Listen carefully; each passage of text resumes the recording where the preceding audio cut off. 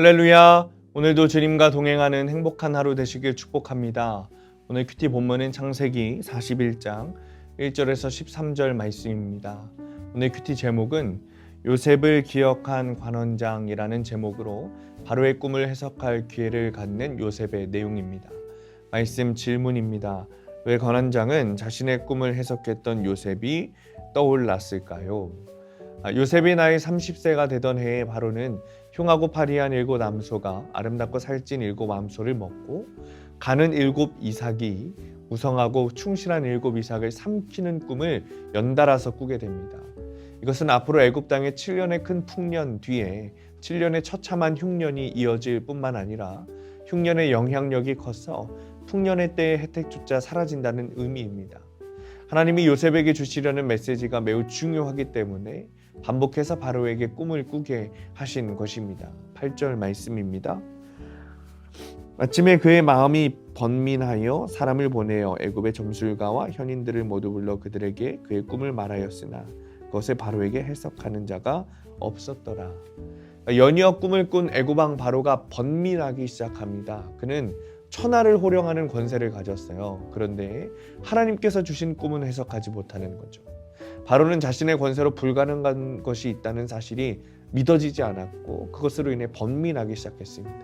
그래서 점술가와 현인들을 불러서 꿈을 해석하도록 하지만 그 꿈을 올바르게 해석하는 이가 없는 거예요. 그들이 아무리 뛰어난 점성술, 각종 술법을 가지고 와도 하나님께서 주신 꿈은 해석할 수 없었습니다. 우리가 살면서도 우리의 지혜로 지식으로 해석되지 않는 삶들이 있습니다. 왜냐하면 우리의 삶이 주님이 주신 것이기 때문에 그렇습니다. 세상의 지혜는 그 누구도 스스로 하나님의 뜻을 알 수 없습니다. 창조주 하나님 없이 해석이 불가능한 거예요. 또 말씀으로 내 삶을 해석하는 우리는 내 주위에 믿지 않는 이들이 힘든 일을 겪고 있다면 이것은 내가 말씀으로 그 삶을 해석해 주어야 하는구나. 그에게 복음을 전할 기회구나 라고 삼아야 되는 것입니다. 그때 술 맡은 관원장이 하나를 생각해냅니다. 9절 말씀입니다. 술 맡은 관원장이 바로에게 말하여 이르되 내가 오늘 내 죄를 기억하나이다. 그가 감옥에 있을 때 자신의 꿈을 해석해준 히브리 청년 요셉이 드디어 생각이 났어요. 술 맡은 관원장이 그 일을 까먹은 듯 하지만 사실 하나님께서는 당신의 때에 가장 알맞은 때를 기다리시고 하나님의 계획을 준비하셨던 것입니다. 이 술 맡은 관원장은 자신이 감옥에 있었던 일을 까먹은 것을 죄라고 말하면서 그 일을 바로에게 말하죠.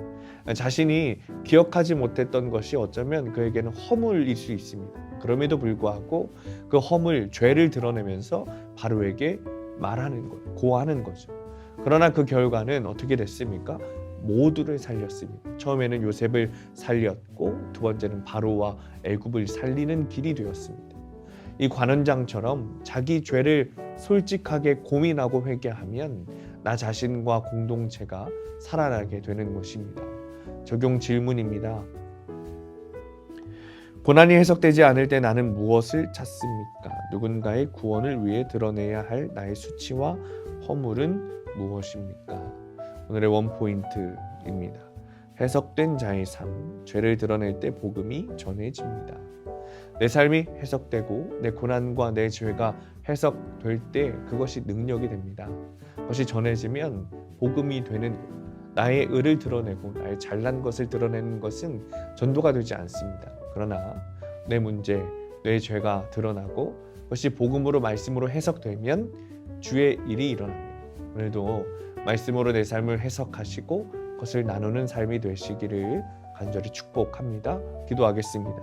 주님, 내 삶이 말씀으로 해석되기를 원합니다. 내 죄가 약재료가 되어서 말씀으로 해석되고 다른 이들에게 전해질 때 그것이 복음으로 들리게 됨을 믿습니다. 하나님, 내 삶을 다른 것으로 해석하려는 것이 아니라 말씀으로 해석하게 하시고 그것을 통해 약재료 삼아 전도하는 우리의 복음의 삶이 될 수 있도록 주님 인도하여 주옵소서. 예수님의 이름으로 기도합니다. 아멘.